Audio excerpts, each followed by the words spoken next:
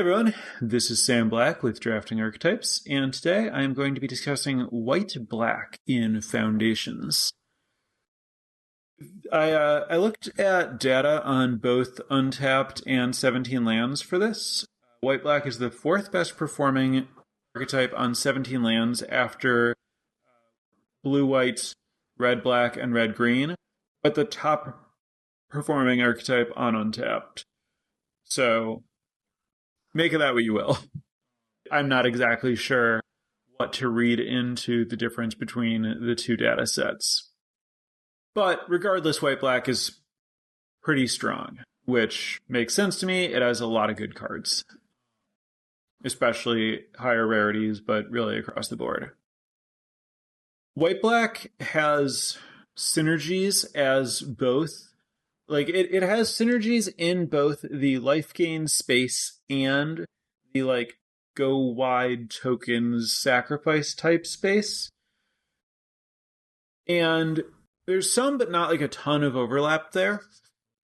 Some of the life gain triggers off of creatures entering or dying. Dazzling Angel, the 2/3 common that gains life when a creature enters, and the uncommon Blood Artist variant that drains your opponent when a creature, Zulaport Cutthroat really, that drains your opponent when a creature dies, are both cards that kind of unite the tokensy, go wide, extra game objects type space and the life gain stuff. And strategically, I think that either of those decks are proactive against control decks. You need to pressure your opponent because you don't have actual card draw. You do have potential card advantage in the form of extra tokens. And you're not the fastest deck. You're paying something in terms of mana to power and toughness ratio to get either the life gain abilities or the durability extra tokens, power and toughness split up stuff. So you're kind of slower proactive in either case.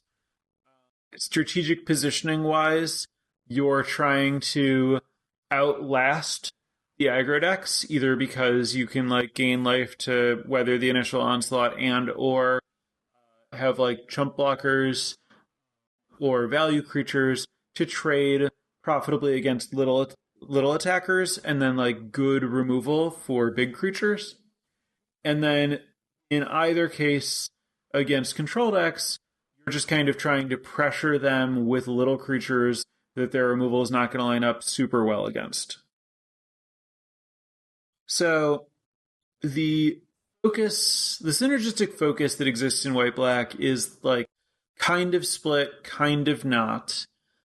But the result is that really there's not deep support for life gain or deep support for token sacrifice aristocracy type stuff.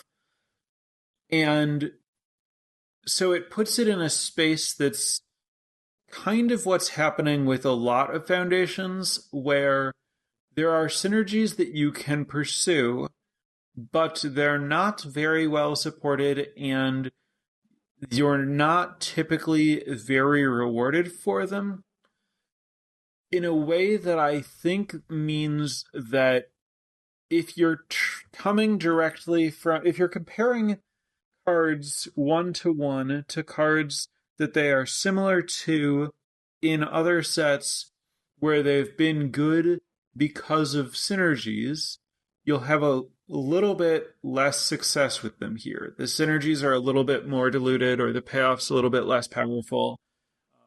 Cards kind of need to stand on their own just a little bit more.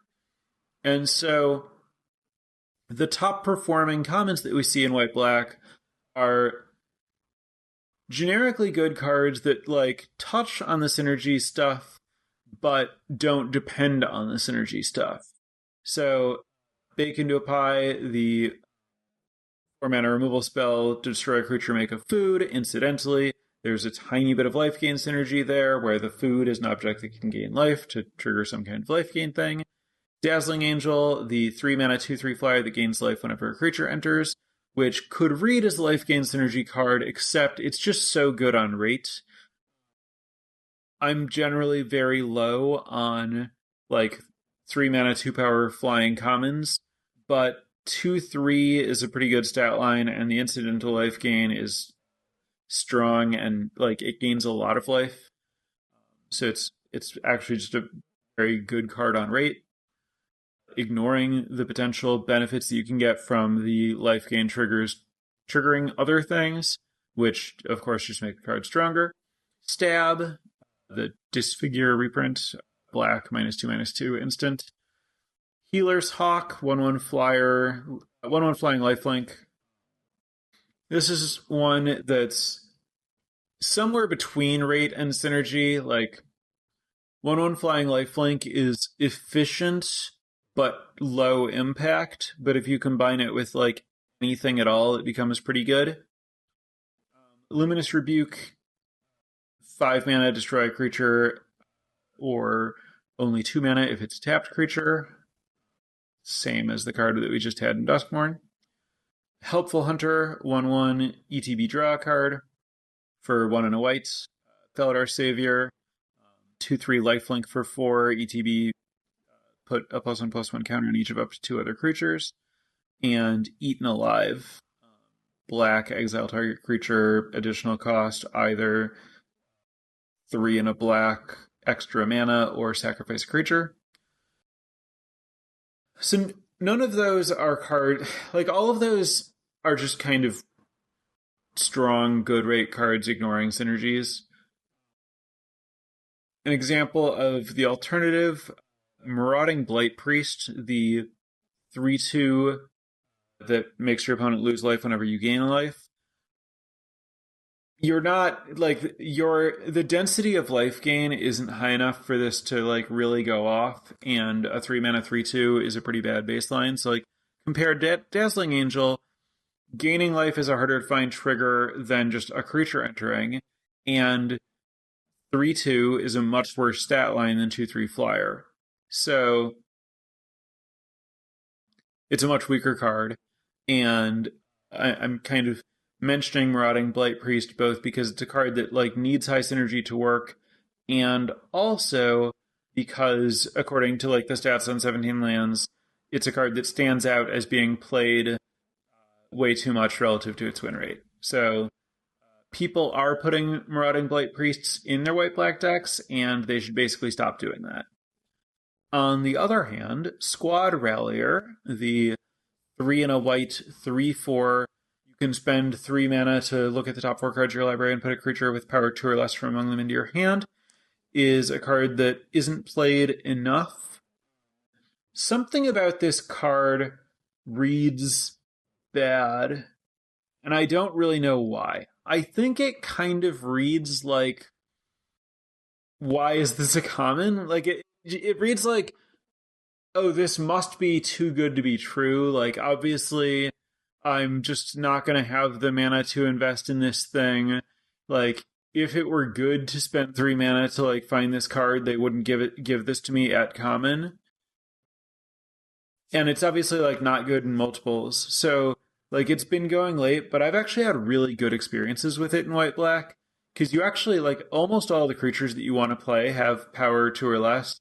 And you want to play a bunch of creatures, so you end up with a pretty good density of hits. And I've just played some games where I'm able to kind of like use Squad Rallier to like find creatures that are like multiple cards in one body and like play them defensively and just kind of like chump block until my opponent's dead. So that's a card that I think is like very underrated.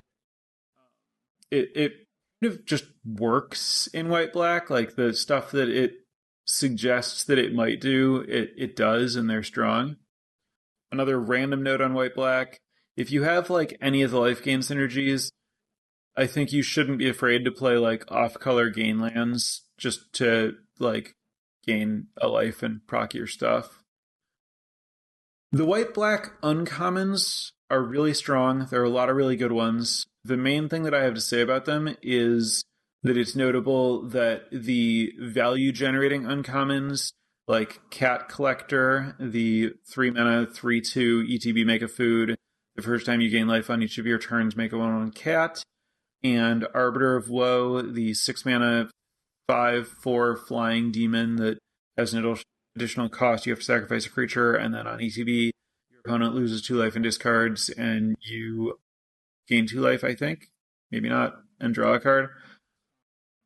Those perform better than just like efficient threats like Vampire Nighthawk and a Johnny's Pridemate, which are still good cards, but aren't as good in this set as they've been when we've seen them in the past.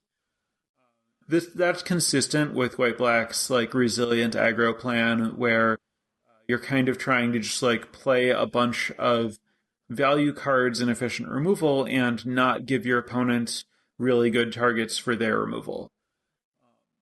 If you're playing a bunch of like the 2/2 that makes a 1/1, the Prideful Parent and Infestation Sage and those kinds of cards that like just give you like value up front or multiple bodies, and generally like remove like your opponent's Abrade isn't going to be able to do anything particularly useful against those. And then you play a Nighthawk and your opponent's like, oh good, finally something worth killing. Whereas if you just play like a Cat Collector, then if they do kill it, maybe you're able to like make it a 1/1 out of it first by playing it on 4 with a gain land, or it on 4 after having played a Dazzling Angel or whatever. You get the food, and then when your opponent doesn't answer it, it's nice that it's like making more object. Like either one is like very strong to stick and play, but the collector's giving you more like upfront when it doesn't stay alive. So that's like the kind of like main things to know about White Black are it is good, it has synergies, you can play with those synergies, but you shouldn't prioritize the cards that really need to be part of a synergistic package to work. You want to play a bunch of like independently efficient and functional cards that occasionally have some minor overlapping synergies that you'll get paid for, but where you really want your cards just like be good on rates, and you want your strategy to be mostly in the like attrition card advantage type space, which could end up, in like you can be happy playing a big game or a small game, right? Like this is an archetype that can be similarly happy with Helpful Hunter or Burglar Rat, right? Like Helpful Hunter is when I first talked about the concept of a big game versus small game, I compared Elvish Visionary to the elf that makes your opponent discard instead, as like opposite sides of a coin, where one goes toward a big game and one goes toward a small game. We have the same situation here with Helpful Hunter and Burglar Rat, and White Black is the kind of deck that is just like, well, I don't really care whether the game is getting bigger or smaller as long as like I'm going up on objects relative to you. And how much you're going to care about stuff like Helpful Hunter and Burglar Rat and Infestation Sage is going to depend on like whether you have stuff like Vampire Gourmand, or better yet, like the rare High Society Hunter. That's the one that the 5/3 that draws a card whenever any creature dies. So you will end up playing some of this like, little finicky, like kind of low impact, but kind of value generating grindy cards, but they're not what you want to be prioritizing and taking early. They're acceptable cards that you're going to get late. For people who speak letter grades more than I do, I think those are like your C-level cards, like the cards that make your deck, but you don't go out of your way to pick them. I could imagine worlds where the sack synergies are stronger, and sometimes you really want like the enablers for that over like maybe even some removal spells or something. Here, that's kind of never where you are. Like, it's not really possible to have enough synergies that you want to take an Infestation Sage over like a Vanishing Light, and you're not in a space like I don't think that you want to be first picking cards like Nine Lives Familiar, the 1BB 1/1 cat that when it dies comes back 9 times. And I don't think that you want to be first picking like reassembling skeletons or any like those to me, or even the Zulaport Gut Threat variant. Like those to me are cards that really shine when you have like a lot of synergies and your deck is really based around like the stuff that they do, sack payoffs or whatever. And here, the like sacrifice payoffs are a little too weak to really, really value the enablers to sacrifice to them. Too weak, too fragile, too infrequent. Like there just aren't that many of them. And like the Cauldron, I tried playing. This is the 2-man artifact. You can spend 1 and tap it and sack a creature to draw a card, but only at sorcery speed. And you also put a counter on the Cauldron, and then you can like spend 4 and sack the Cauldron to make your opponent lose life equal to the number of counters. I tried playing that in a deck that like supported it really well, and it was just too bad. Like the sorcery speed aspect, and I just didn't really like have time to mess around with that. Whereas Vampire Gormand, I think, is very good. 2 mana, 2/2. When it attacks, you can sacrifice a creature to draw a card, and it becomes unblockable. So it's like the Cauldron, except it's doing damage right away. It doesn't cost mana to activate. It's just like a normal functional creature by itself. So like that card plays really well and does want you to have like stuff to sacrifice to it, but also doesn't need you to go super far out of your way to have stuff to sacrifice to it because it's just a 2 mana 2/2, and you shouldn't go super far out of your way to have stuff to sacrifice to it because it's a 2 mana 2/2. Your opponent can just kill it, and then like if you drafted your whole deck around it, like you're not getting value. That's kind of what I mean about like the stuff is there, but you shouldn't like go far out of your way to draft around it and prioritize it. You can like play it when it's just like independently good cards that happen to work together, but not stuff that needs you to be like super serious because there's not enough support there to be super serious. So that's what I have on white black. You know, I think what I'm really getting at is, for the most part, you want to lean into understanding that this is like core set draft first and foremost. You just want to be drafting like fundamentals, independently good cards, and don't get tricked by either of the present synergies that there are in white black to like fixate on. Don't fixate on them.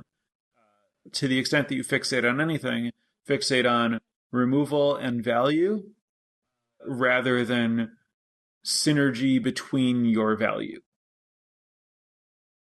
So with that, I'm going to turn it over to chat for questions, pausing, of course, as always, to thank the newest patrons at patreon.com/draftingarchetypes. So thank you very much, John and Robert, for the support. Really, really appreciate it. If anyone else is interested in checking out the benefits and supporting the podcast, check out patreon.com/draftingarchetypes. So, getting into some questions. I said that white-black needs to be proactive against control due to not having card draw. How does that change if you have Vampire Gormand or Cauldron? I think that, like, against a reasonable control deck, they're going to be able to kill your Vampire Gormand, and your Cauldron generates, like, too little value too quickly. I do think, like, you can, to be clear, grind with the control decks, but I think that the way that you're grinding is kind of with, like, value creatures that try to make their like removal like not line up well against you, more than trying to like match them on card draw by having these, things that say sack a thing to draw a card. Because when you sack a thing to draw a card, you're going up like half a card at best or something. You're not like it's not the same thing as just having like 5 mana draw 3. But if they have 5 mana draw 3 and all of your things like cantrip or give you extra bodies or like pump your other stuff or whatever, and they are trying to use the like convert their draw 3s into material advantage with 1-for-1 removal, their draw 3 might not go as far as they want. Is the Cauldron better in Rakdos with the threatens? Not really, because like you need a lot of threatens to justify the Cauldron, right? I mean, like that's a piece of the puzzle, right? Like if you're Rakdos and you have like a lot of infestation sages and some other ways to sacrifice, like I guess what I'm saying, where I'm going with this is where white black can't really get enough synergy to pay you for having sacrifice outlets and stuff to sacrifice. Like maybe red black can, because you get a bunch of threatens, and then it's really important to have ways to sacrifice the things that you take. And then you have all these like other ways to sacrifice. So now you really want the stuff that you can sacrifice to it. I don't know if that's going to be the primary way to like build red black successfully, but I can see how you would hope that comes together. Whereas in white black, I think that it's like a distraction from the core thing that you should be doing. So is the sacrifice artifact better in Rakdos? In general, no. The sacrifice artifact is not good in Rakdos either. But if the stars align and there's a deck that wants it, is that deck more likely to be red-black than black-white? Yeah, probably. How does white-black want to prioritize the different removal spells? Assuming that you have a relatively balanced or black-leaning mix of colors, like let's say you have at least 8 black sources in your deck, Bake into a Pie is probably the strongest due to being instant speed hard removal. I think I would prioritize Banishing Light second highest in aggregate / like early on in black-white, which is different than how I would prioritize the white removal spells in a blue deck. In a blue deck, I prioritize Luminous Rebuke over Banishing Light because I value the instant speed, and I expect that I'm usually going to be killing creatures that are attacking me, so it's often going to cost 2 mana, and I might care that it's an instant so that it's like a card in my graveyard / instant in my graveyard for Tolarian Terror. Whereas with white-black, it's more likely that I'm going to be attacking with little creatures and I'm going to want to remove a large creature that's blocking. And I care less about the instant speed, and the flexibility to hit non-creature permanents might matter a little bit more. So I would prefer Banishing Light to Luminous Rebuke in white-black. This kind of goes to, like, because I think that you're more likely to be attacking, I've talked about how I think control decks are more interested in cheap removal for small creatures, and aggressive decks are more interested in expensive removal for big creatures. Not to say that aggro decks want expensive removal over cheap removal when either one would get the job done, but kind of like assuming the cards are equal power level, which way does your preference lean? Because you're going to be attacking some portion of the time, you are more likely to want like Banishing Light over Stab, because Stab is like not going to kill the things that you might want to be attacking into. Whereas like if you're blue-black, Stab is going to be more valuable because you're looking to kill the stuff that gets under your wall of counterspells. And you're not looking to like tap out at sorcery speed. Obviously, it's a little bit weird to be comparing Banishing Light to Stab 1-1 in a blue-black deck, but go with it. So I would have, I think Bake, then Banish, then Rebuke, then stab, then eaten alive. Eaten alive is pretty expensive when you're not sacrificing to it. White black, again, it's not necessarily hard to find something to sacrifice to it, but it's also not free to do it. There's not stuff that you're like actively trying to find a way to sacrifice for the most part. So I guess I would say broadly that's the order, but the more you are like a control deck that doesn't have early creatures, or like, your curve demands it, you might prefer stab over some of the more expensive stuff.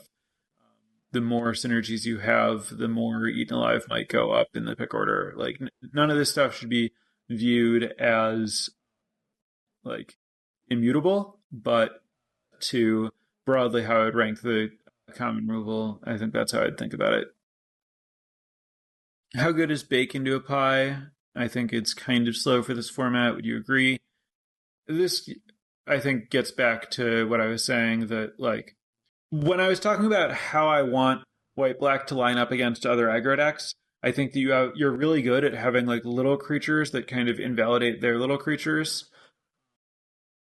Like there are a lot of like 3/1s and 4/2s and stuff in the format that just don't attack very well into like 2/2 make a 1/1 or whatever. But you do want to be able to deal with like big creatures when you're trying to attack, or big creatures when they're attacking you, especially if those big creatures have trample.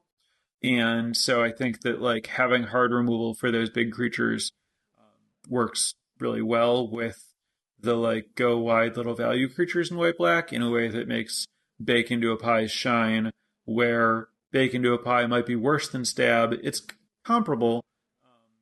I want a mix of bake into a pie and stabs in like a blue black deck, whereas like in a white black deck, I'm pretty sure I'm basically always going to want bake into a pie over stab. So somewhat contextual in terms of like how good bake into a pie is broadly in the format, but within how good it is in the format as a whole, it's really at its best in white black, both because of the fact that you're like good against little creatures just kind of generically, and the potential minor synergies with the food life gain thing. Is Scrabbling Claws an ideal timer in a white black deck since you're most likely attacking? Sorry, Crawler. The 3/2 Howling Mine that makes your opponent lose life whenever they draw a card. I do think that card fits well in white black because you are kind of good at getting some pressure in, but also you're not like very evasive, and your opponent like might gum up the board, and you're pretty good at making the game go long. So like the unblockable 1 point is like kind of classic Orzhov stuff, right? Like Orzhov in general is most interested in the like slow, like your opponent just like loses 1 life a turn no matter what type cards. So yeah, I think that this deck is a good fit for Scrawling Crawler. Also, you have like cheap stuff that can potentially kind of like scale well in multiples, because the synergies that I'm saying you're not supposed to fixate on do exist, and the more you put all of your like little cards that have some synergies together, the more those synergies happen and your cards get better. And you're also like not so clunky that you can't cast all the cards you're drawing. What are signals you think can push you into white-black direction in the middle of the first pack? Again, you're not fixating on synergies, so it's really just like, are the good removal spells here? If so, I should take them. Now I'm white-black. Like, there's not a lot of room to be very fancy here. It really is just kind of traditional drafting, and the time to move is when there's like an outlier, just like some card that normally wouldn't go as late as it does that happens to be there later than usual. Compared to the cards you mentioned that we can understand as C- level, is Soul Shackled Zombie on par? In the same vein as the first copy of Make Your Move on par with those? Similarly, do you consider a single copy of Vampire Soul Caller valuable or a liability in the sacrifice-heavy version of this archetype? Yes, I think all of those cards are kind of in the like I'm not excited about it. It'll make my deck sometimes. I'm willing to play at type space. I Soul Shackled Zombie is the 4 mana 4/2 ETB. Exile up to 2 cards from a graveyard. If you exiled at least 1 creature, drain your opponent for 2.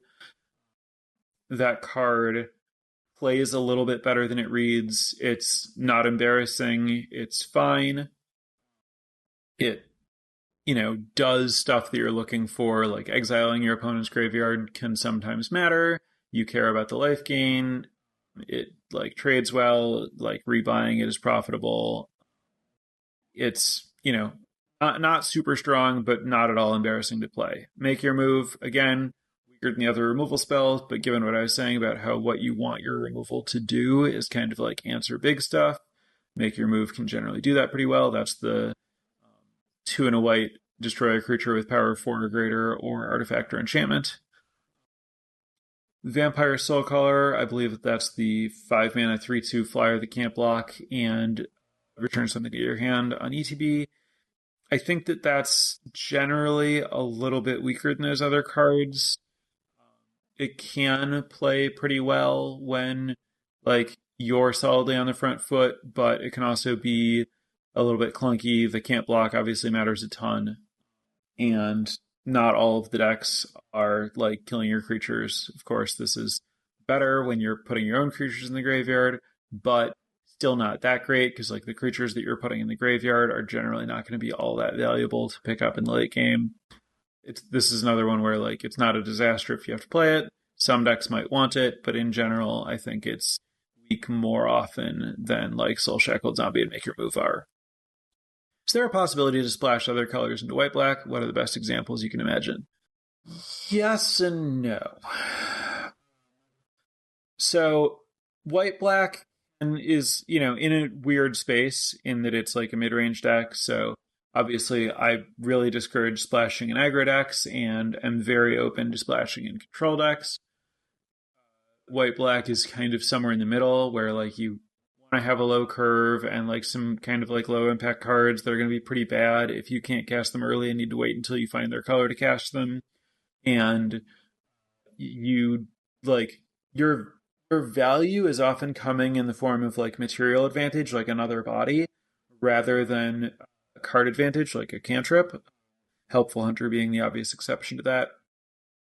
Which means that while you're generating extra objects and you can grind because of that, you're not seeing extra cards. I often say that the best fixing is just card draw, because the more cards you draw, the more likely you are to find whatever color you're missing. And so like white-black kind of suffers from the way that it's grinding isn't necessarily seeing new cards.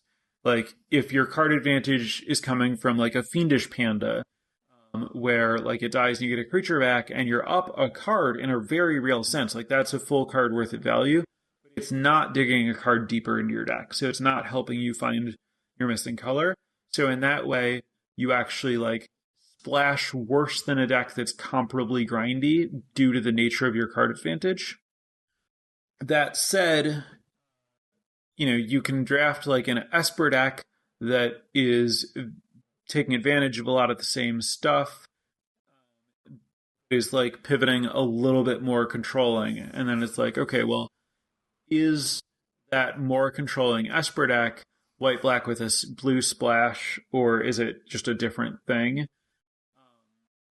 And there aren't really that many like blue cards that you'd want to splash in white-black.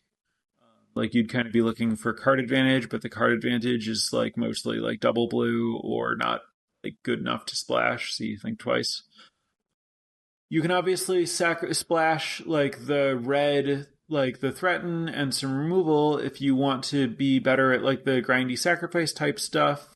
Like there should theoretically be room for like a Mardu like sacrifice type deck, but again, the like synergies there feel a little bit weak for it.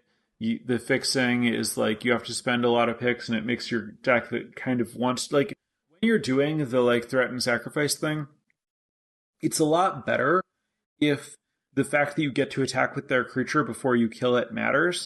And if your mana is like clunky and enters tapped, you're not going to be pressuring your life total in a way that really takes advantage of the stealing that you're happening. And it feels like with the picks that you're using on the threatens and the sacrifice stuff and the mana fixing, like you could probably just have like a better deck that's playing regular removal instead of like working to do that. So for the most part, I'm going to say that like white black as white black doesn't really want to like lightly splash another color, but there's room to pivot from white black into a 3-color archetype somewhat easily. Since you consider white black a mid-range deck, do you think that Healer's Hawk is a good pick for the deck? Yes, it is. There's like, while you shouldn't fixate on the synergy, there is enough synergy, and it's kind of just like good enough on rate. I don't think it's as good as Dazzling Angel or Bake Into a Pie, but I do think it's like in the top tier of like commons for black. Would you ever play Stroke of Midnight as a big threat removal spell? Since like the 1/1, like because you want to be able to answer their big stuff and you can invalidate the 1/1 pretty easily with your 1/1s and 2/2s, like should you play Stroke of Midnight to be able to answer big stuff? There's a lot of removal available. You can generally find better. If you find yourself in a spot where you have like a lot of random 2/2s, especially like 2/2 Vigilance, that's going to let you like really ignore that 1/1, and you can't find other removal, and you didn't spend a pick on Stroke of Midnight, you just have it, you put it in your deck. Yeah, sometimes. It's still not a good card. You shouldn't go out of your way to take it. You should try to play other removal instead of it. But is it going to be embarrassing to play 100% of the time? No, I could see a white-black deck where it's like a serviceable way to do a thing if it's like it's a thing that you need and you got it free or very cheap. Further question on why is Hawk good in white-black? When you're playing a like mid-range deck where your role is unclear and your life and your opponent's life are comparably valuable, the lifelink is pretty similar to a second power when it's connecting. If it were a 2/1 flyer for 1, that would just kind of obviously be a good limited card. Part of that is the second power would mean that it could trade up, which Healer's Hawk can't do. But as far as like when it connects, it's a 2-life swing. And a large portion of the time, you don't know whose life total is better. The 2-life swing where you're gaining life and your opponent's losing life is about as good as the 2-life swing where your opponent's losing 2 life. The like cards that trigger off of gaining life are not like bad or unplayable. They're just not worth like going super far out of your way for.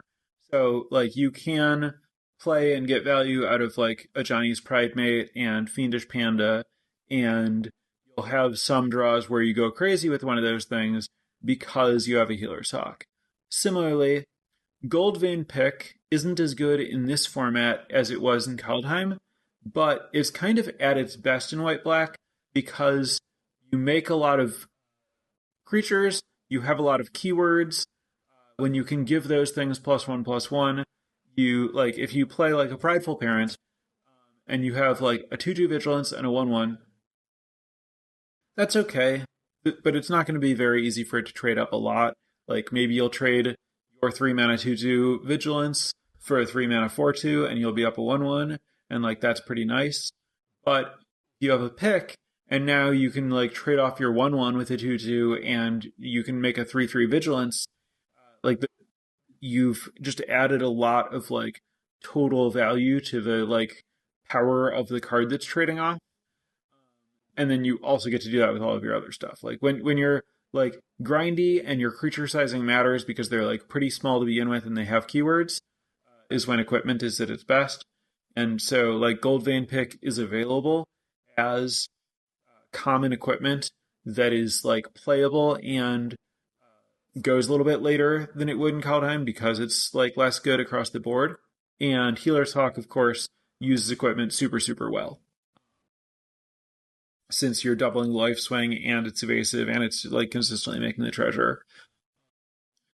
So there's just a lot of potential synergy with the Healer's Hawk on top of the fact that like the rate is good for like the amount of like impact that it has as a creature. Like it just like it costs 1 mana, but it actually like affects races in a meaningful way if your opponent can't block it.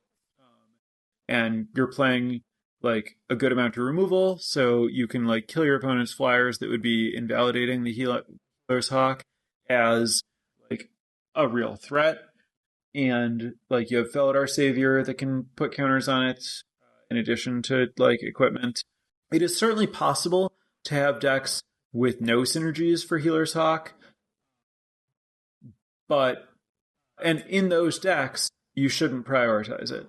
But in white black in aggregate, you're going to have like a few cards that work really well with it, and that's going to push it from being like kind of okay to quite good.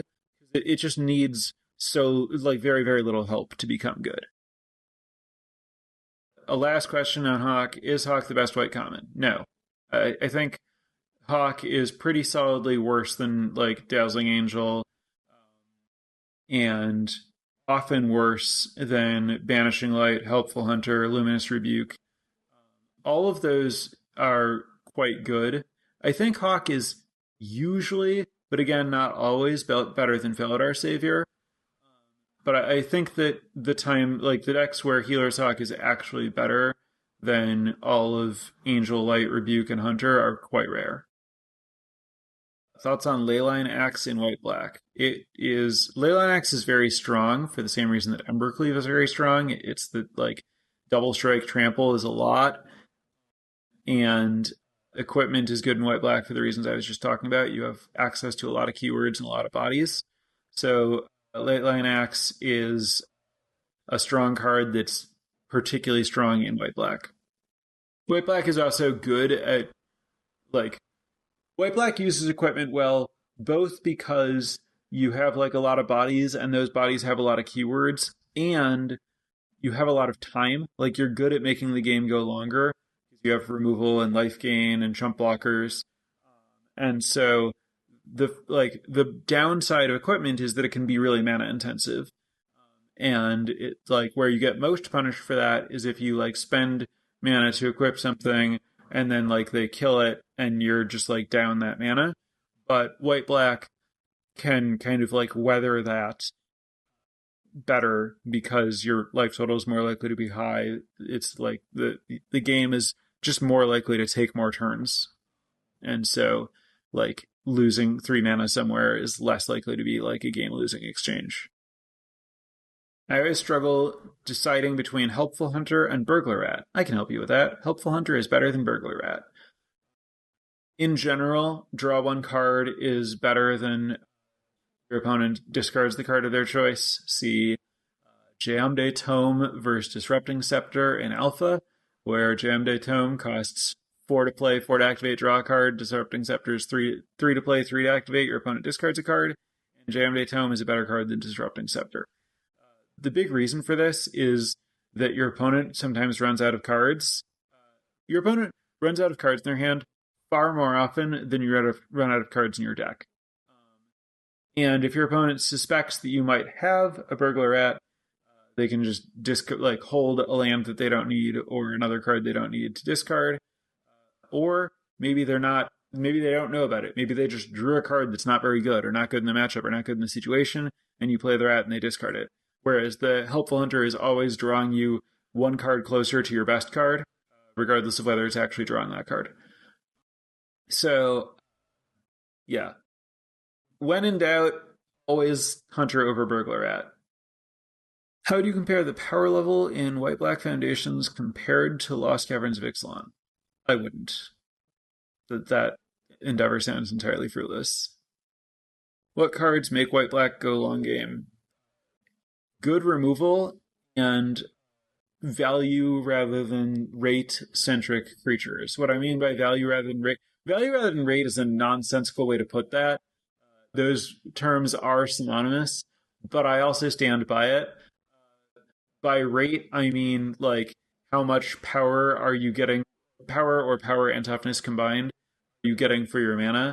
And by value, I mean things that are getting like object advantage. And so like rate on creatures is going to be good at ending games because you are dealing more damage, so it's taking fewer attacks, so it's taking fewer turns. Whereas value is not ending the game as fast because, like, you know, rather than like a single 4/2 for 3 mana, you're getting a 2/2 and a 1/1. So you're only getting 3 power instead of 4, so it takes more attacks to close the game. Also, like, your 2/2 is more likely to like get bricked. Like your opponent might have like a 1/2 flying vigilance, and now like the 1/1 isn't attacking at all, and you're pushing 2 damage instead of 4 damage. But at the same time, better at blocking. If your opponent has a 3/1, they are just not getting through your 2/2 and your 1/1. Whereas if you have a 4/2 and they have a 3/1, they could just attack and you might not want to block and trade down. Or if they have a removal spell, they get to hit you, whereas a removal spell is not going to let them hit you with their 3/1. So the like value rather than rate creatures are better defensively and potentially worse offensively. And in both directions, that's going to make the game go long. And then when you combine that with just like playing a lot of removal is going to extend the game more often than not because it's just removing things that could end the game. And on an empty board, it can't lead to the game ending. There are times when removal will end a game that a threat wouldn't end if you have like lethal power and your opponent has a blocker and you kill their blocker and kill them. But in aggregate, removal tends to lead to a longer rather than a shorter game. Is Valkyrie's Call ever worth picking in white-black? Seems expensive, but the payout could be great. Yes, Valkyrie's Call is the 5-mana mythic. Whenever a non-angel dies, you return it to the battlefield with a flying counter, and it's an angel. It's a really strong card. It's not like a top-tier bomb. Like, it's not better than the best uncommons. You don't always take it out of every pack, but it's a strong card that's at its best in white-black for the same reason that you have like a lot of bodies and you have like a lot of good ETBs. So like if you play a helpful hunter and you have a Valkyrie's Call and you like jump block with your helpful hunter, you get a 1/1 flyer and you draw another card. And like given that you like as long as you can kind of like keep playing a game after Valkyrie's Call's in play, you basically win the game. It's super hard to grind through if your opponent can't answer it. Yes, it's good. All right. And I'm going to end it there before we get into analyzing every obscure mythic. If you're wondering if any particular obscure rare or mythic is good in white-black, I would recommend just going to Untapped or 17 land stats and looking at the win rate for the rare or mythic in question. It will usually be quite high or quite low. And you should play the ones where it's high and not play the ones where it's low. It's a really good baseline for evaluating specific rares and mythics that you haven't had a chance to play with. So, thanks everyone for listening. As always, thanks especially to those of you in chat for your questions. I am gone the rest of this week. I'm heading to my flight immediately for Eternal Weekend. If anyone else is going to be in Pittsburgh for Eternal Weekend, if you see me, feel free to say hi. But I will be back next week, returning to my usual streaming and podcast schedule. So, bye for now, everyone. See you next week. Prepare for light speed.